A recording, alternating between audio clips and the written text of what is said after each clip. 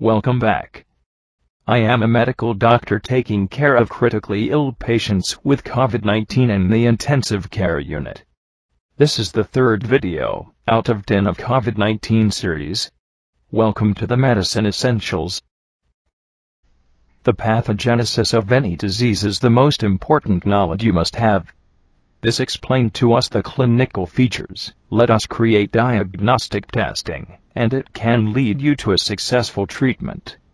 There are significant knowledge gaps in the pathogenesis of COVID-19 that will be filled in over the next few months.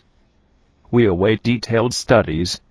But, until now, we know that the pathogenesis of COVID-19 can be divided in three main events. Direct injury to host cells, immune response, thrombotic response. In direct injury, we will describe three stages of the changes the organism have with the direct contact to the virus. The immune response is divided in the response of the host, what we can say the beginning and normal response to the virus, which includes the innate immunity, antigen presentation, and adaptive immunity. Then I will talk about the cytokine storm. That is, an exaggerated response of the immune system of the host trying to eliminate the virus, but making more injury than benefit. And at the end, the thrombotic response, that can have a lot of origins. First event, direct injury. Based on the cells that are likely infected, COVID-19 can be divided into three phases that correspond to different clinical stages of the disease. Stage number 1, asymptomatic state. The inhaled virus SARS-CoV-2 likely binds to epithelial cells in the nasal cavity and starts replicating. Stage number 2, conducting airway response.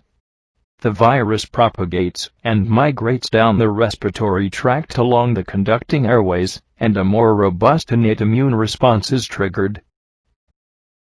Stage number 3, hypoxia, ground glass infiltrates, and progression to acute respiratory distress syndrome. About 20% of the infected patients will progress, and will develop pulmonary infiltrates, and some of these will develop very severe disease. Stage number 1, asymptomatic state, initial 1 to 2 days of infection. The inhaled virus SARS-CoV-2 likely binds to epithelial cells in the nasal cavity and starts replicating. Angiotensin-converting enzyme 2 is the main receptor for SARS-CoV-2. In vitro data indicate that the ciliated cells are primary cells infected in the conducting airways, leading to ciliate dysfunction. However, there is evidence that indicates slow level of angiotensin-converting enzyme 2 expression in conducting airway cells, and no obvious cell type preference. Then, the replication cycle of the virus starts. When the virus is released, it's ready to infect more cells with angiotensin-converting enzyme 2 expression.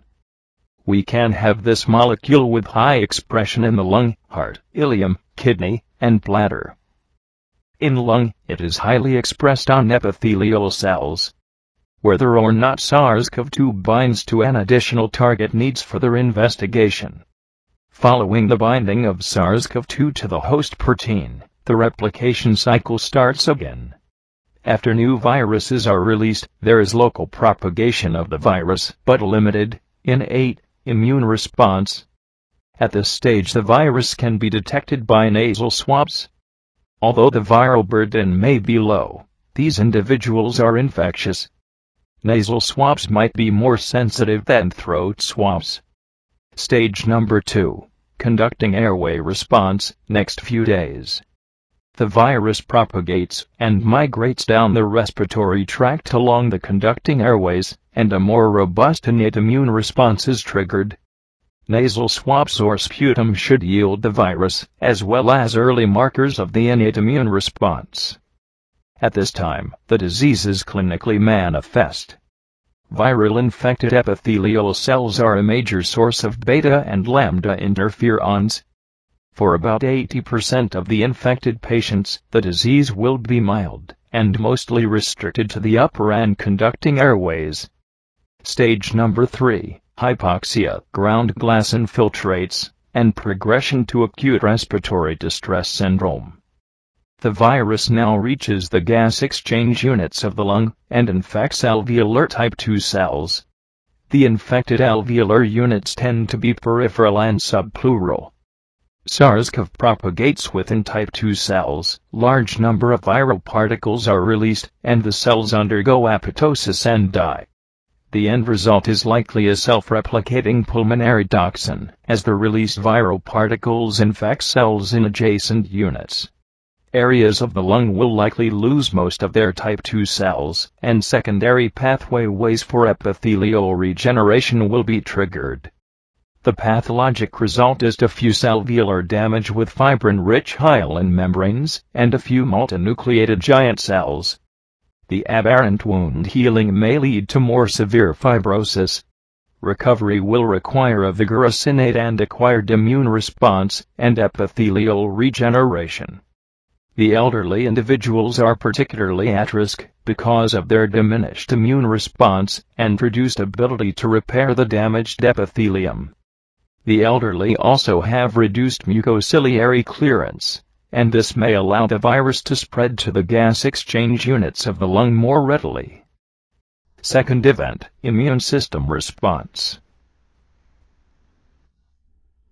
The first step of the immune response begins during the replication cycle of the virus in the epithelial cells of the nose.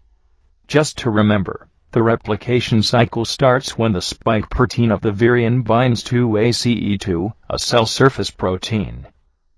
TMPRSS2, an enzyme, helps the virion enter. The virion releases its RNA. Some RNA is translated into proteins by the cell's machinery.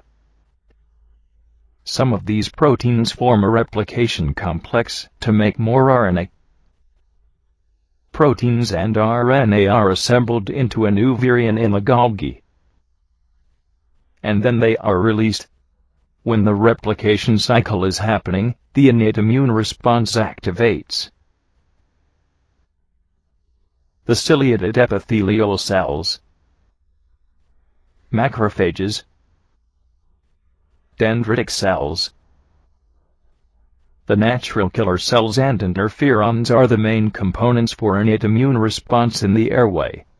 The epithelial cells helps fighting the virus by mucus secretion and cilium movement, but these mechanisms are inhibited by the local destruction of the epithelial cells by the virus. Dendritic cells and macrophages serve as innate immune cells to fight against viruses, till adaptive immunity is involved. The dendritic cells and macrophages can also serve as antigen presentation cells. The virus can easily surpass these mechanisms and start the infection. Antigen presentation. While the virus enters the cells, its antigen will be presented to the antigen presentation cells, which is a central part of the body's antiviral immunity. Antigenic peptides are presented by major histocompatibility complex, and then recognized by virus-specific cytotoxic T lymphocytes. Hence, the understanding of antigen presentation of SARS-CoV-2 will help our comprehension of COVID-19 pathogenesis.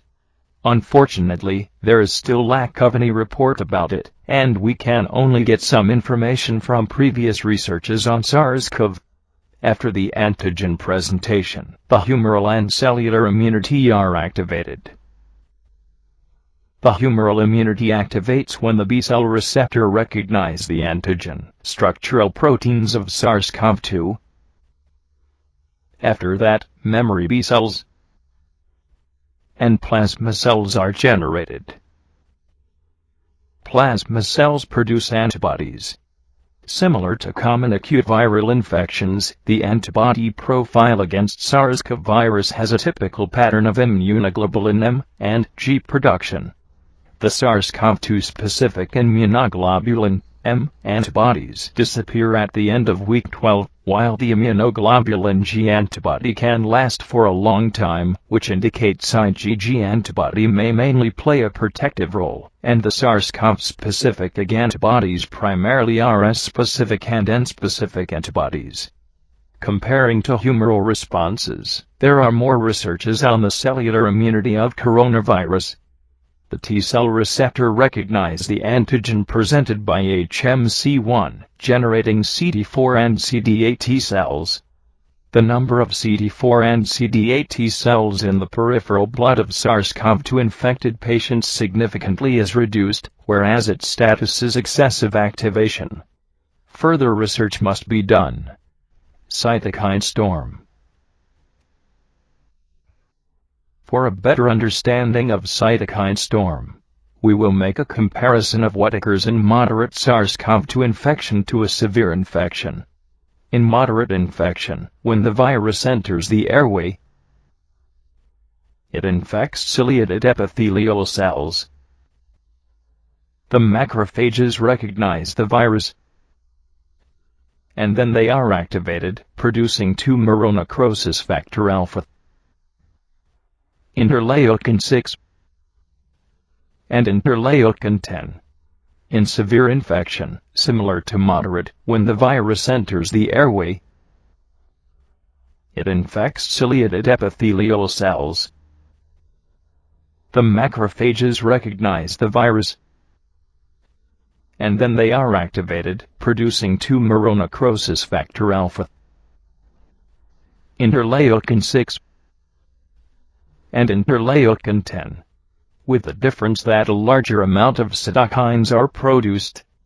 This is the cytokine storm, the deadly uncontrolled systemic inflammatory response resulting from the release of large amounts of pro-inflammatory cytokines by immune effector cells in SARS-CoV that produces more damage than beneficial effects. The more severe conditions patients are in, the higher their interleukin-6 levels are.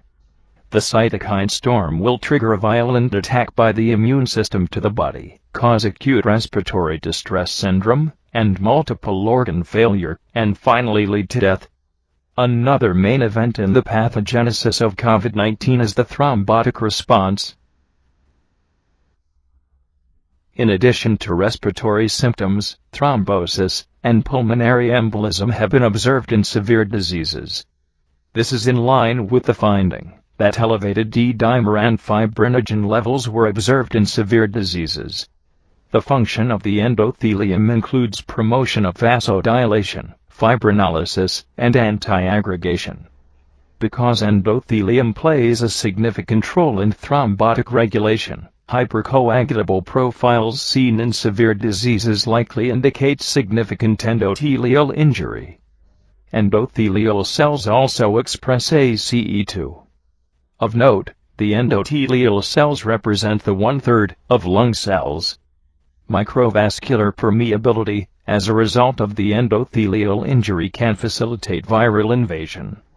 There is a pathologic thrombin activation, generating multiple thrombotic episodes, peripheral ischemia, pulmonary thromboembolism, and disseminated intravascular coagulation. These complication was the cause of death of many patients. The laboratory parameter most appropriate to recognize this thrombophilic state is increased D-dimer. More research is needed about the thrombotic response, but now we know that treating these patients with anticoagulant drugs reduces mortality. This is everything for the third video. Thanks for watching. Go to the next video. I will be talking about the clinical features of COVID-19. Goodbye.